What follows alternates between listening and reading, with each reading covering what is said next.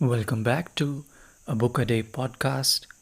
And today, this is going to be the final episode on the series that we are doing on Daodejing. So far, we have discussed 70 chapters, and there are total 81 chapters in this. And we'll be covering just the 11 chapters today, and that will be it. I hope you've really enjoyed the journey and learned a thing or two about Taoism, about the ancient Chinese philosophy. Now let's start without any delay. I'll start with chapter 71 in the usual style. I'll narrate the chapter, which is very short. All these chapters are really short, and then I'll discuss. So here we go. Chapter 71. It says, "To know that you do not know is the highest. Not to know, but to think you know, is a disease. Only when one recognizes this disease as a disease can one be free from it. The sage is free from this disease because he recognizes it as a disease. Therefore, he is free from it." Quite simple, right? Simple as in it's difficult to practice, but it's quite simple and straightforward to understand. And what he means to say here is that ignorance is not the absence of knowledge. It is the arrogance of thinking that one already knows. And the disease here is the intellectual pride, the tendency to replace openness with certainty. We must stay open. We must recognize the things we don't know. And true wisdom is that it begins with this simple recognition of not knowing. And when you know your limits, you remain in a state of curiosity and receptivity. And that's what we should aspire for. That was chapter 71, very short. And similarly, chapter 72, it's also very short. Let me read it. It says, "When the people lose their awe, there will be disaster. Do not oppress them with heavy taxes. Do not make them weary with forced labor. If you do not weary them, they will not grow weary of you. Therefore, the sage knows himself but does not display himself. He loves himself but does not exalt himself. Thus, he rejects one and accepts the other." This one is a political message, and Lao Tzu here is warning rulers, and by extension he is warning anyone with power against overreach. Because when people lose reverence for life, for nature, or for authority that serves justly, imbalance follows. Oppression breeds rebellion. Therefore, the sage, if he is governing, he is going to govern gently, both others and himself. When he says know yourself but not display yourself, he means that possess inner confidence without vanity. Have humility, have moderation. That's the teaching. And the teaching, as I said, it's about politics, but it extends beyond that. Whenever we impose too much on others, we lose their natural trust.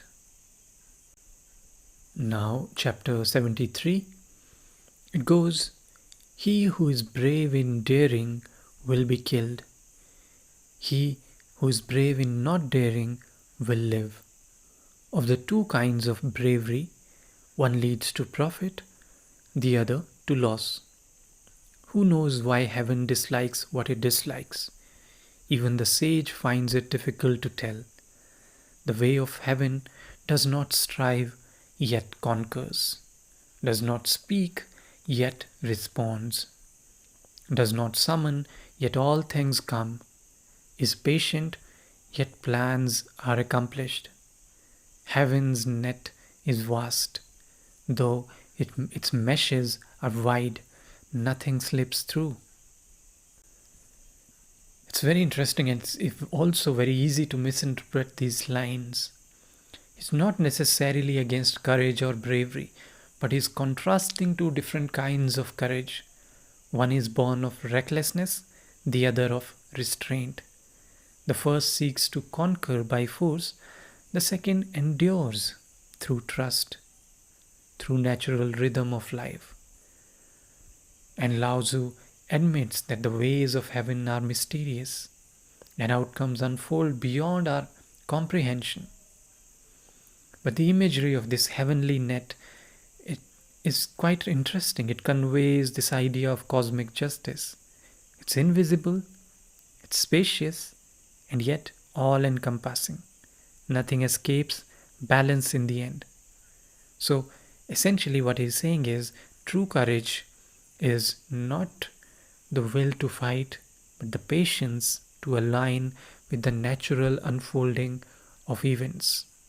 Just have that trust in the Tao. Now, let's read chapter 74. It says, if people are not afraid to die, why threaten them with death? If people fear death and you execute them, who would dare to act wrongly? There's always an official executioner to carry out death. To take his place is to cut wood in front of a master carpenter. Few who try this escape injury to their own hands. What does that mean? Here, Lao Tzu is speaking against the human urge to punish, to control. He reminds us that death belongs to the natural order. There is already the master executioner, the Tao itself. And when rulers or individuals, people who have power or leadership roles, they assume that kind of role, they disrupt cosmic balance and harm themselves in the process. They harm the balance of the universe.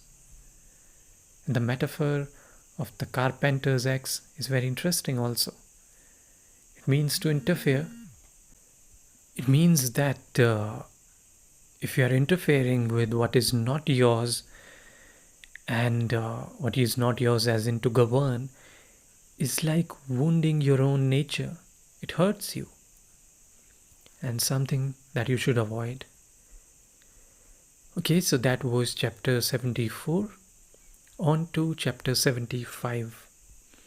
It says, when the people are hungry, it is because their rulers take too much in taxes. When the people are hard to govern, it is because their rulers meddle too much. When the people treat death lightly, it is because their rulers live too richly. Only those who do not cling to life are truly capable of valuing life. And this social insight is, although it's talking about specific things, but it's very much timeless in its essence. Lao Tzu sees that the suffering of people arises from the greed and interference of those who are in power. Overgovernance, which seems like a very modern idea, he's talking about it. He says that overgovernance, the criticism of overgovernance seems like a modern idea. And he's also criticizing it. He says that it breeds unrest, and overindulgence breeds alienation. That's also applies on for leaders who are micromanaging, by the way. So the sage, by contrast, governs through simplicity and through his example. And towards the end, he talks about not clinging to life, means living without fear or excessive desire, a life attuned to the natural rhythm of the Tao. And this detachment is very much part of the Taoism. It is not nihilism, it is clarity. We just return to the natural rhythm of life. So that was chapter 75. Let me read chapter 76. When a man is born, he is tender and weak. At death, he is hard and stiff. When plants are alive, they are soft and pliant. When they are dead, they are brittle and dry. Therefore, hardness and stiffness are companions of death. Softness and gentleness are companions of life. The hard and strong will fall, the soft and weak will overcome. Now, these metaphors, I've heard them quite a few times, not just in Taoist philosophy but elsewhere also. That rigidity of the mind, of the body, of the objects, it signals decay. The soft and yielding, they talk about life, they are about flow. That's what we should aspire for. Must aspire to have flexibility, humility, and that's what life is. If you're not living that life, it's not really uh, life to its fullest extent. So, chapter 76 that was, now on to chapter 77. The way of heaven is like drawing a bow. The high is lowered, the low is raised. It lessens where there is excess and fills where there is deficiency. The way of man is not so. He takes away from those who have not enough to give to those who have too much. Who can take his own excess and give it to all under heaven? Only he who follows the way. Therefore, the sage acts without expectation, he accomplishes without taking credit, he does not wish to display his virtue. Now, this image of the bow, it reveals how heaven restores balance, pulling down what is too high and lifting what is too low. Once again, very interesting metaphor. And that's how nature constantly restores equilibrium. Human society, he says, by contrast, is kind of amplifying the imbalance. Rich are becoming richer, poor are getting burdened, and that's kind of an ethical as well as a spiritual question. That can one live by the principle of restoration, of restoring the balance, giving from one's abundance without vanity? That's what we should do. Now, chapter 78, it says, nothing in the world is softer and weaker than water, yet nothing surpasses it in overcoming the hard and strong. There is no substitute for it. The weak overcomes the strong, the soft overcomes the hard. Everyone knows this, yet few can practice it. Therefore, the sage says, he who takes upon himself the humiliation of the world is fit to be its ruler. He who bears the burdens becomes its teacher. The truth often seems paradoxical. Once again, the metaphor of water returns, and it perfectly symbolizes the Taoist philosophy because it's so essential to life. It's so essential, probably the most important thing. And yet, it is so soft. That's the idea of Taoism. You should stay humble, but still be powerful. You yield, but remain unstoppable. And then there is this paradox of the final lines where he's talking about the person who takes upon himself the humiliation of the world is fit to be its ruler, and who bears the burdens of the world becomes its teacher. And it's a great lesson, once again, in leadership. Those who accept humility and pain without resentment, they naturally become leaders because they act from compassion, they don't act from ego. That's what we should aspire to, flow like water, that is, to move with persistence and absorb all the good things. And then comes chapter 79. Let me read it. After a great hatred, some hatred remains. How can this be made good? Therefore, the sage keeps his half of the contract but does not exact payment from others. The virtuous man performs his duty, the unvirtuous man seeks his rights. The way of heaven is impartial, it always sides with the good. Here, Lao Tzu recognizes a deep truth, very difficult aspect of human conflicts, that even after reconciliation, traces of resentment they stay. So, what does the sage do? The sage does not try to settle every score.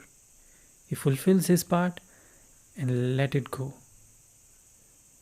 Because to demand full repayment is to bind yourself to the past. You should not do that. Do goodness for its own sake, not for reward. Follow the heaven's way. It's impartial, it's vast, keeps yielding, keeps giving, and that's all. That was chapter 79. Now on to the second last chapter, chapter 80. Let's read it. Let there be a small country with few people. Let there be tools that are seldom used. Let people value their lives and not travel far. Even though there are boats and carriages, no one takes them. Even though there are weapons, no one displays them. Let people return to tying knots instead of writing. Let them enjoy their food, take pleasure in their clothing, be content in their homes, and delight in their simple customs. Though neighboring states are within sight, and the sound of cocks and dogs can be heard, the people grow old and die without ever visiting one another. And here comes this utopian wisdom of Lao Tzu. He has this idea of his own utopian world, but it's not about progress, it's of return. He imagines a community content with simplicity, free from greed and restlessness. His ideal is not technological advancement, but inner sufficiency. That is, to value what is nearer to you, to live without conquest or ambition, being joyful in what you have. The image of people hearing each other's roosters and yet not invading each other's land is a great idea, great image of peaceful coexistence. This is Taoist paradise. It's a small, quiet, and a happy world. Now, the final chapter, chapter 81, it says, true words are not beautiful. Beautiful words are not true. The good do not argue. Those who argue are not good. The wise do not accumulate. The more they give to others, the more they have themselves. The way of heaven benefits all and harms none.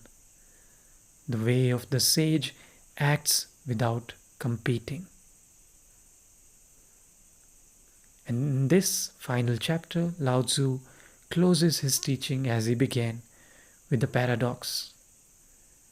What he says, that the truth is often plain even though it's rough. While flattery, it looks beautiful, but it is empty. And the sage, he lives by giving, not gathering, by yielding, not striving. The Tao nourishes all beings without claiming possession, something we should aspire to do. And the sage does exactly this. He mirrors this cosmic generosity, acting without rivalry, doing without any ego or self-importance. And this, in a sense, these three things, I think, they kind of conclude all the Taoist teaching. And I hope you got to learn a lot of things from the readings that we did in the last few episodes. And I hope you'll once again get a chance to go back to this book and read and reflect on this yourself. Thank you very much for listening. And in the next episode, we'll move on to new books, new stories. Thank you so much for your support. Keep listening, keep following.